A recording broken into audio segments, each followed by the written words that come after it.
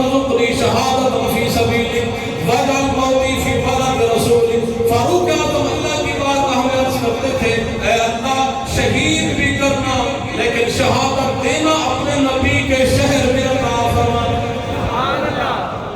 میرے رسول نے فرمایا، میرے نبی نے فرمایا، سید الانبیاء نے فرمایا، رسول اللہ فرماتے ہیں اگر کچھ اللہ سے مانگنا ہے تو پھر میرے شہر میں موت مانگو، کیونکہ قیامت قائم ہوگی، سب سے پہلے میں ان کی شفاعت کروں گا جن کے تربتیں، جن کی قبریں میرے شہر میں ہوں گی، سبحان اللہ۔ اس مدینے میں ہوں گی۔ نبی کے غلاموں، میرے پیارے آقا و مولا صلی اللہ علیہ وسلم کی پاک ذات کے دیوانوں، ہم جو یہاں بیٹھے ہیں یہ جمعۃ المبارک کی گھڑی ہے، بڑی قیمتی گھڑیاں ہیں۔ میرے رسول نے فرمایا جمعہ کے روز ایک ایسی قیمتی گھڑی بھی آتی ہے جس میں اللہ سے جو مانگو اللہ کریم اپنے فضل سے وہ عطا فرما دیتا ہے۔ سبحان اللہ۔ ہم یہاں مانگ رہے ہیں اے اللہ اپنے نبی کے شہر میں موت عطا فرمانا، شہادت والی موت عطا فرمانا، اپنے رسول کے شہر میں ہماری تربت ہو، ہماری قبر ہو، جب قیامت قائم ہو میرے رسول اپنے صحابہ کے ساتھ آگے آگے چل رہے ہوں، پیچھے پیچھے حضور کے صحابہ کے غلام بھی چل رہے ہوں۔ سبحان اللہ۔ اسی محفل